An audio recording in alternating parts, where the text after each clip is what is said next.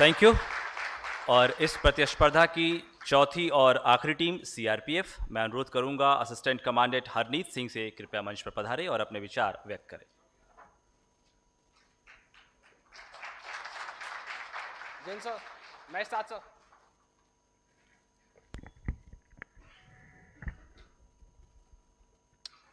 Nelson Mandela once said, and I quote, "To deny people human rights is to challenge their very humanity." A very scintillating good afternoon to one and all. The topic of the House is maintenance of human rights is a primary prerequisite for rule of law and constitutional governance. And I'll be speaking for the motion. From the armies of Cyrus in 539 BC, who came with the first human rights charter, to the formulation of National Human Rights Commission in 1993, I must say the evolution of human rights has come a long way. But the question remains what these human rights are. There are certain inalienable rights indispensable to the very human existence, including the right to life with dignity, freedom from slavery, right to follow religious instructions, etc. Now, getting into the skin of topic and talking of human rights, there are primarily two components.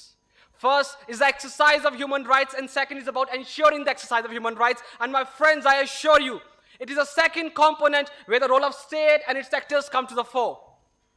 Esteemed judges, when we come across instances of transgression of human rights and dereliction of duty, like the case of Hathras rape case and a recent case of a victim of sexual assault where there was a delay in lodging of FIR, these instances causes public outrage and lawlessness, which is a stern reminder how valuable human rights are for the smooth functioning of a democracy.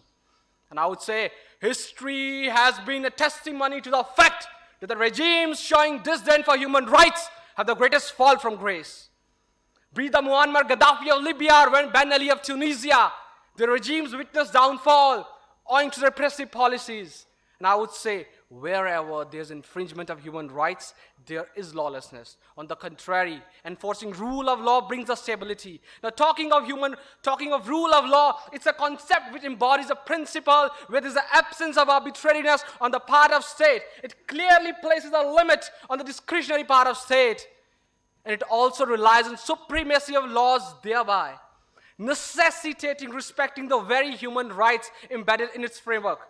Former CJ N.V. Ramana categorically in Rule of Law versus Rule by Law stated that rule of law is established and flourishes on the very foundation of human rights. United Nations in Chapter 7 of UN Charter said, if a man is to be protected from taking resort to violence as a means of last resort, it has to be protected by rule of law, laced with the component of human rights. Today I've seen my worthy opponents vociferously stating about neglecting and even sacrificing human rights at times at altering the line of duty. To them, I would like to quote Rule of Law Index, where it clearly states that the states following the principles of accountability, justice, and respect for human rights have greatly improved their performances.